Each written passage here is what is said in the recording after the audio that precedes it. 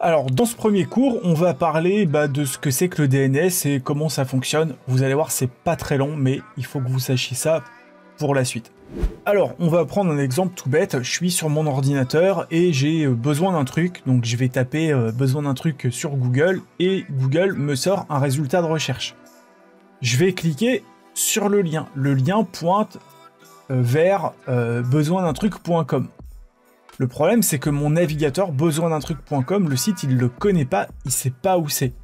Donc pour savoir où ça se trouve, il va interroger un serveur qu'on appelle le DNS. Donc DNS, c'est Domain Name System ou Domain Name Server. Et il va lui demander besoindruntruc.com, où est-ce que c'est? Donc là, il y a deux cas de figure. Si le DNS sait où c'est besoindruntruc.com, il va répondre à mon navigateur. Ça se trouve sur tel IP. Et le navigateur pourra se connecter à l'IP en question. Si c'est pas ce que c'est, parce qu'il l'a pas dans son cache, le DNS va répondre au navigateur « bouge pas, je vais demander à un copain » et il va demander à un autre DNS « besoindruntruc.com, où est-ce que c'est ?»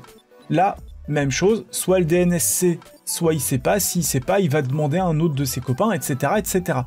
Et au final, quand il y a un DNS qui sait où se trouve besoindruntruc.com, le DNS va répondre au serveur qui lui a demandé, qui va répondre au serveur qui lui a demandé, qui va répondre au serveur qui lui a demandé, vous avez compris, besoindruntruc.com, ça se passe sur telle adresse IP. Et à chaque fois que le serveur DNS a l'information, il va mettre ça dans son cache pour le mémoriser au cas où quelqu'un lui redemande.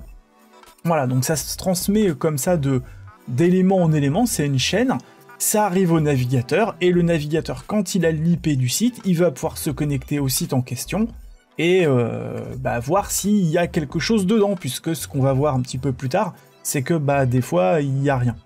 Voilà, donc le principe, c'est ça. On demande quelque chose à un ordinateur distant, le DNS, qui nous dit où sont les choses. Voilà, c'est pas plus compliqué que ça.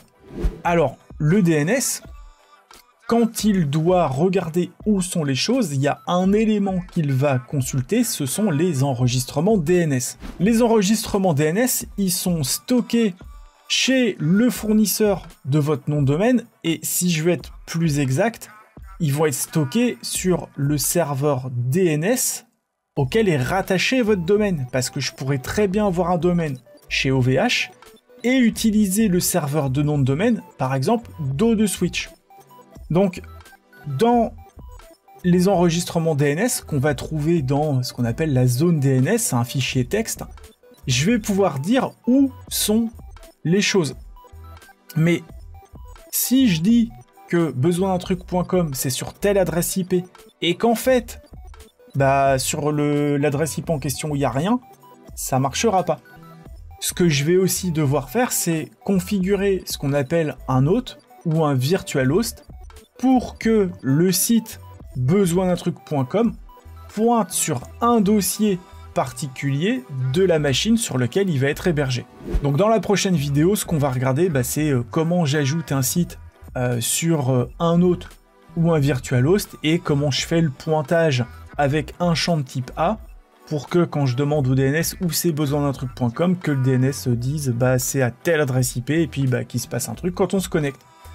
Et voilà pour celle-là.